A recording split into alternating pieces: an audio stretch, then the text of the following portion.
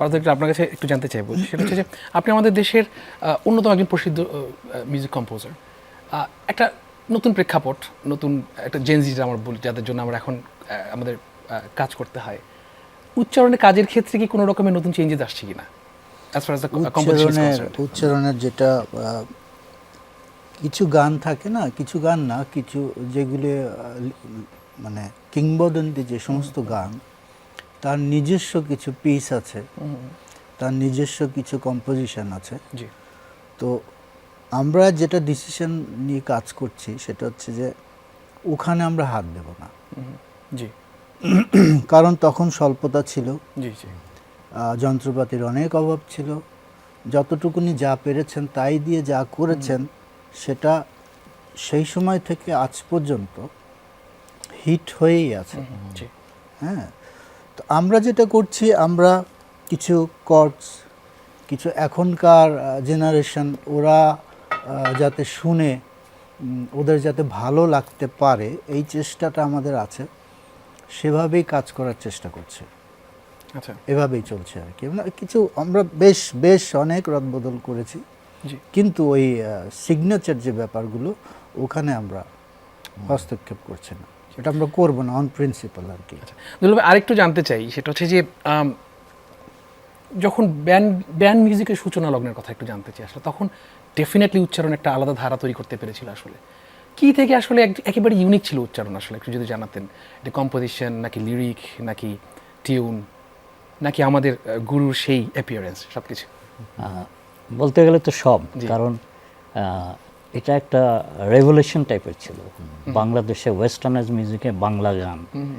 মানে এটা সবাই এত গ্রহণযোগ্যতা এত বেশি ছিল, যে কোনো, আমি তো তার ভক্ত ছিলাম এবং আমি শো মিস করতাম না। এবং ওই শোগুলিতে দেখতাম আজম ভাই প্রত্যেকটা গান, তখন খুব একটা গান ছিল না, আমাদের 8টা গান ছিল, জি এবং এই 8টা গানই ইজ মোর দেন এনাফ ছিল। হ্যাঁ, মানে চিন্তাই করা যায় না ক্রাউড যে কি ক্রেজি ছিল ওনার গানগুলির প্রতি। সালেকা মালেকা, হাইকোর্টের মাজারে, বা এত সুন্দর দুনিয়া, হ্যাঁ, আসি আসি বলে তুমি আর এলে না, খুবই অল্প কথার গান, কিন্তু গানগুলি আর এত সুন্দর হারমোনাইজ করতেন ওনারা, প্রথম ব্যান্ড। না, আমি একটু ইন্টারাপ্ট করি, সেটা হচ্ছে আজম ভাইয়ের যে গানগুলো,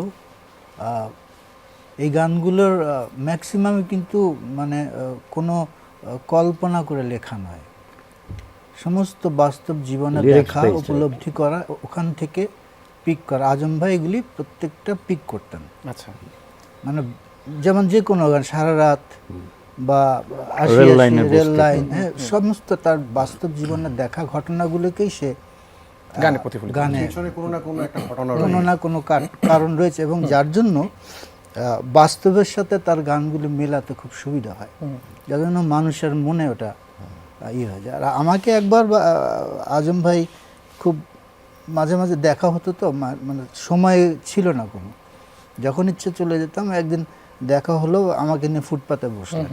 আচ্ছা হ্যাঁ, বসে যেটা বললেন, উনি আমাকে একটা মন্ত্রের মতন একটা জিনিস বললেন যে, দেখ পার্থ, গান কখনো কঠিন করবি না, আচ্ছা গান কখনোই কঠিন করতে হয় না। গান কঠিন করবি যদি বোদ্ধা মানুষের জন্য গান করিস, সেক্ষেত্রে কঠিন গান করিস। আর যদি মাস পাবলিকের কথা চিন্তা করিস, যত সহজ রাখতে পারবি তত সেটা রাইট মানুষের মাঝে যাবে। এটা একটা বিশাল পয়েন্ট, মানে এটা এক্স্যাক্টলি। মানে খুব সাধারণভাবে যে বুঝিয়ে গেছেন উনি এত পপুলার কেন। পপুলারিটি পাওয়ার পিছনেও কিন্তু একটা বিশাল বড় কারণ সাধারণ কথা, সাধারণ সুর, এবং ওনার গানের তৎকালীন সময়ে কিন্তু অত কর্ড, জি। অত ভেরিয়েশন, এসব কিন্তু ওরা পারতেন, কিন্তু করেননি। সিম্পল যত থাকে ততই ভালো। মানে সাধারণ মানুষের কাছে পৌঁছানোর যে আসলে পৌঁছানোর একটা জন্য, একটা মিডিয়াম আসলে তার